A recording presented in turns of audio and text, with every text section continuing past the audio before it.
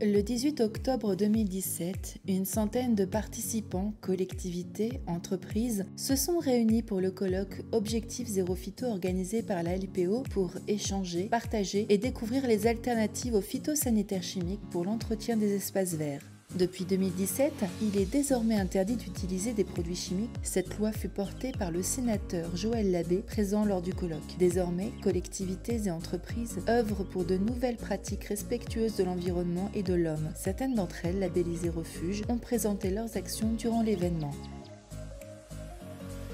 L'entreprise Enedis a créé un refuge dans leur campus de formation La Pérolière en 2011. La LPO les a accompagnés dans la connaissance, la gestion, l'aménagement et la valorisation du site pour la biodiversité, gestion différenciée, création d'une mare, installation de nichoirs et de gîtes à chiroptères, aménagement d'un bassin d'assainissement, zone en fauche tardive, organisation d'animation sur le temps du midi, exposition et formation sur les reptiles. Le bilan de ce projet est positif et permettra de le décliner sur d'autres sites de formation Enedis en France.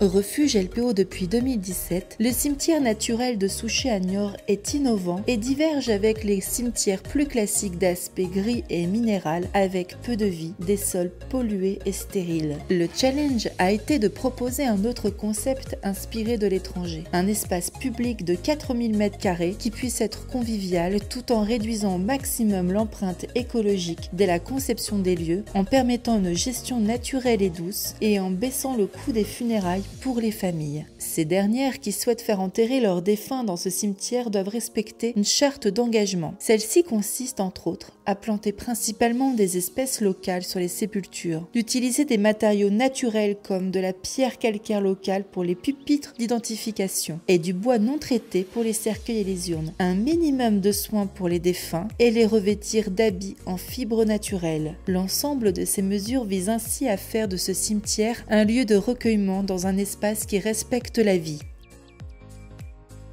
Dans le cadre de la signature prochaine d'un partenariat avec la LPO, l'entreprise SNCF Réseau a présenté ses actions en faveur de la biodiversité. SNCF Réseau mène une politique de l'eau qui s'appuie sur la restauration des continuités écologiques des cours d'eau, en améliorant le fonctionnement des réseaux humides, en intégrant l'éco-conception dans les projets, en identifiant la vulnérabilité des milieux aquatiques exposés aux risques de pollution pouvant être émises par les activités de SNCF Réseau. SNCF Réseau travaille aussi sur la maîtrise de leur végétation pour garantir la sécurité des circulations, la sécurité des agents et des secours, et pour garantir la régularité des trains dans le respect de la biodiversité. En partenariat avec l'ONF, SNCF Réseau détecte les arbres morts ou malades qui seront principalement ciblés pour l'abattage.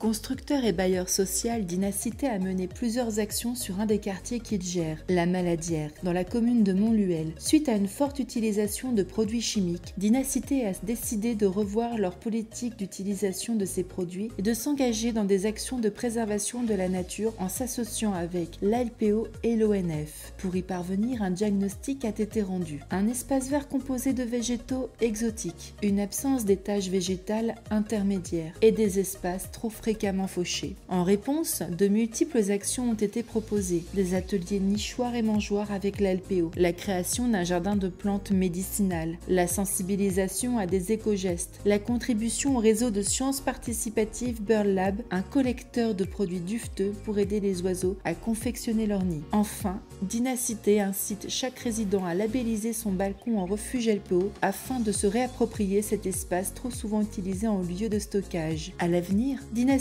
souhaite d'une part que la gestion différenciée initiée dans le quartier de la Maladière soit développée sur l'ensemble de la commune et d'autre part attirer des industriels locaux à travailler dans cette même logique.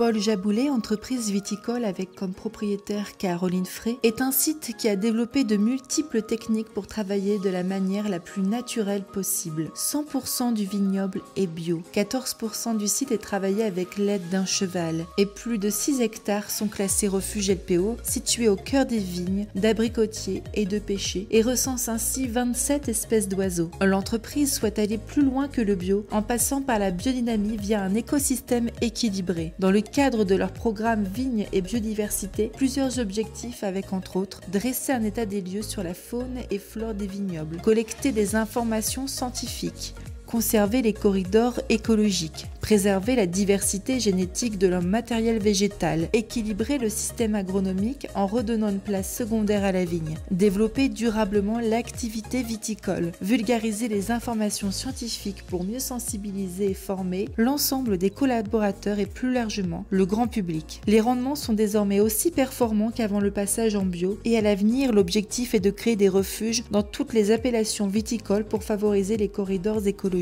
Depuis le lancement du refuge en 2013, Jaboulet a contribué à créer un réseau d'entreprises pour promouvoir ensemble les actions de protection de la biodiversité en Drôme avec la LPO.